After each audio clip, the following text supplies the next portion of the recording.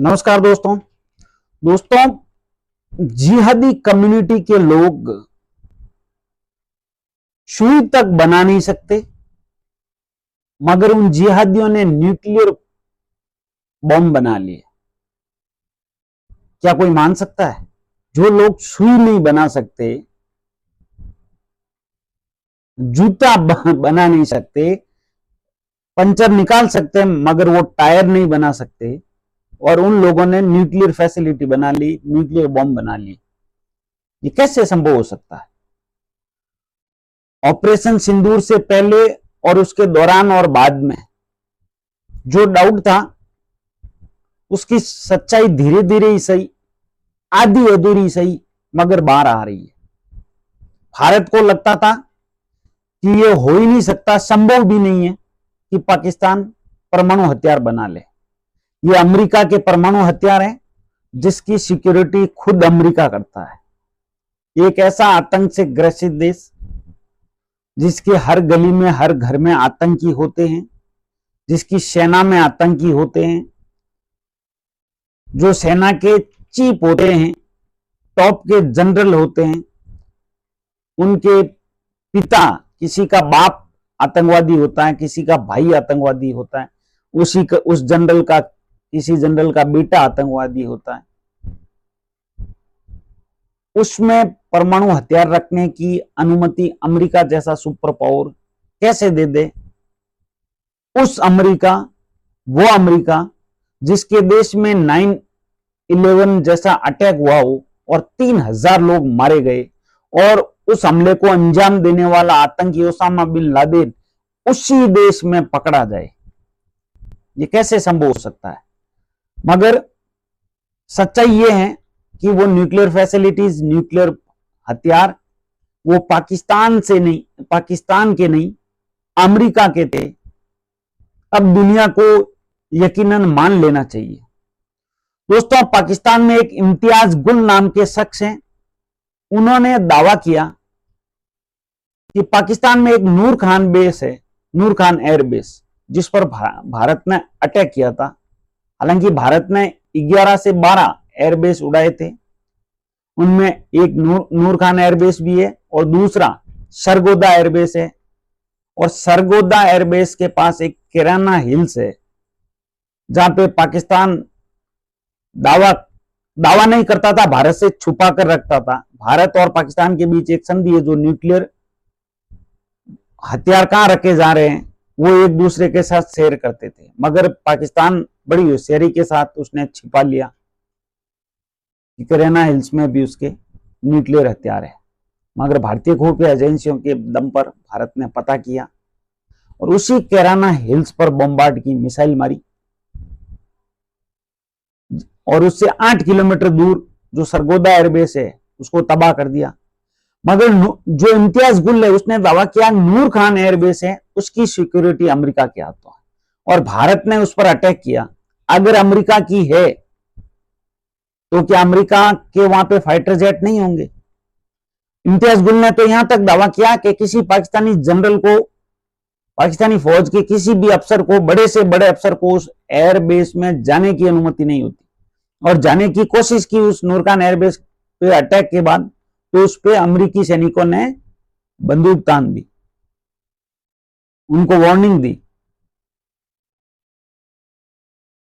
तो क्या केवल सैनिक ही है? अमेरिकी फाइटर जेट वहां पे नहीं है? अमेरिकी ड्रोन वहां पे नहीं है? अगर है तो जब भारत ने अटैक किया तब क्या तबाह नहीं हुए? वो निश्चित तौर पर हुए।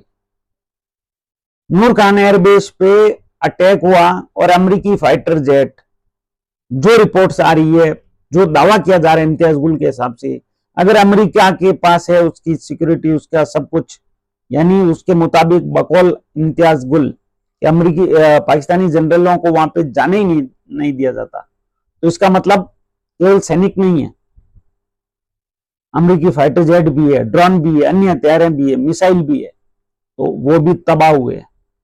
तब मुझे लगता है अमेरिका बौखलाया। क्यों है अब वहां पे अमेरिका के पास वो उसकी सिक्योरिटी, वो एयरबेस पूरा? क्योंकि वहां पे अमेरिकी परमाणु न्यूक्लियर वॉरहेड है, न्यूक्लियर वेपन है। और वहीं पे भारत ने अटैक किया, तब अमेरिका बौखलाया और ट्रंप ने दावा किया कि मिलियंस लोग मारे जाते। ये है हकीकत। हाँ, ये कोई इंफॉर्मेशन नहीं, ये मेरा पॉइंट ऑफ व्यू है।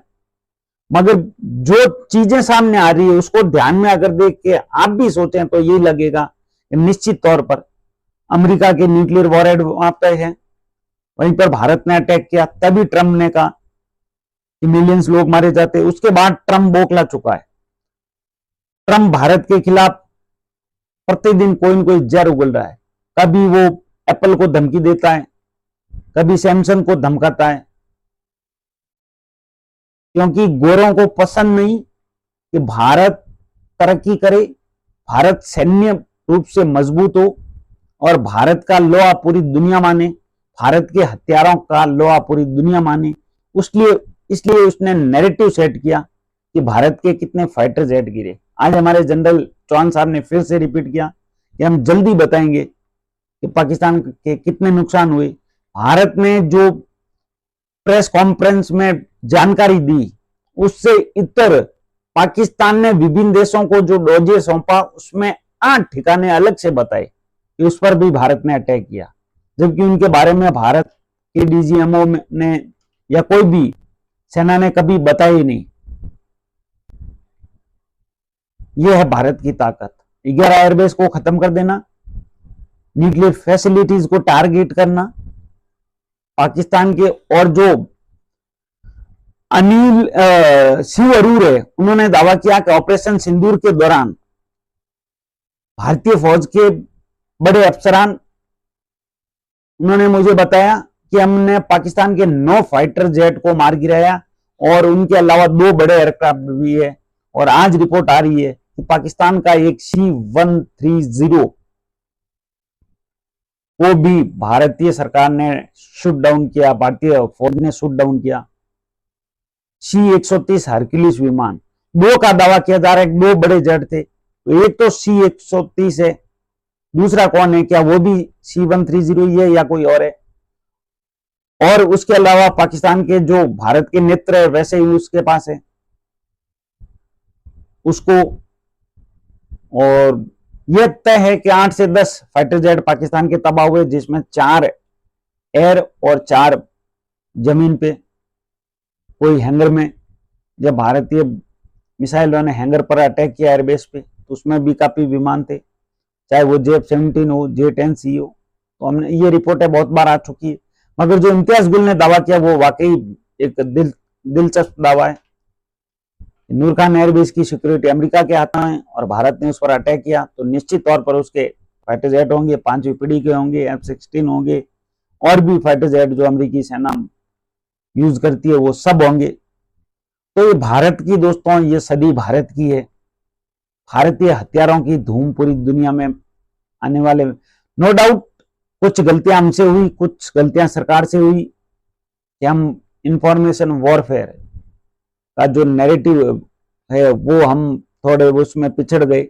नैरेटिव की लड़ाई हमें जश्न मनाना चाहिए, पूरा भारत को जश्न मनाना चाहिए कि हमने इतनी बड़ी विक्ट्री हासिल की, मात्र 3 दिनों में दुश्मन को घुटने टिकाने पे मजबूर कर दिया।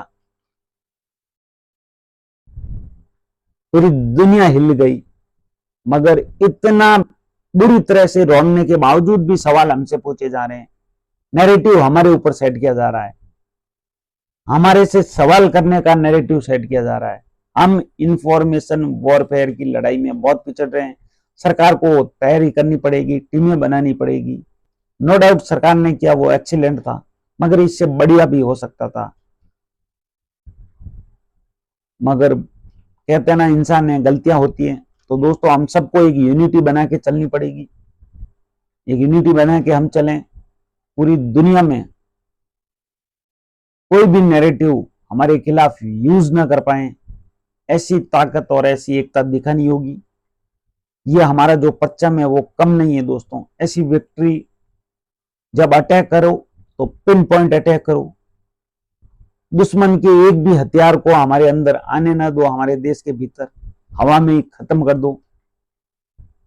और उसके बाद दुश्मन को ऐसा मुंह तोड़ जवाब दो, और जो टारगेट हम तय करें उस पे बिल्कुल अटैक हो, 100% सफल अटैक हो। जो टारगेट तय करें उन सब पे अटैक हो। ये कोई कम विक्ट्री नहीं है दोस्तों, बहुत बड़ी विक्ट्री है। अमेरिका तक हिल गया, पूरी दुनिया हिल गई। एक साथ पांच देशों को हमने मात दी, उसमें अमेरिका। देखिए, अमेरिकी न केवल मिसाइलें तबाह हुई, न केवल अमेरिकी फाइटर जेट तबाह हुए, बल्कि अमेरिकी डिफेंस सिस्टम, क्या उस एयरबेस की सिक्योरिटी फिर अमेरिका के हाथों नहीं थी? क्या उसके एयर डिफेंस सिस्टम वहां पे तैनात नहीं थे? बिल्कुल थे।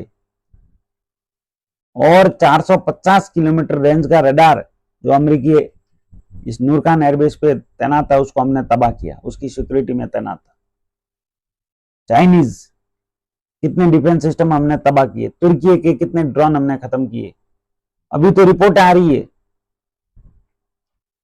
कि काफी संख्या में 8 से 10 की संख्या में ड्रोन भी हमने खत्म किए, 10 से 12 फाइटर जेट खत्म किए, पाकिस्तान के 2 बड़े जेट हमने खत्म किए, 11 से 12 एयरबेस हमने खत्म किए, और जो अन्य टारगेट हमने यूज किए, जो लॉक किए, उनको निपटाया।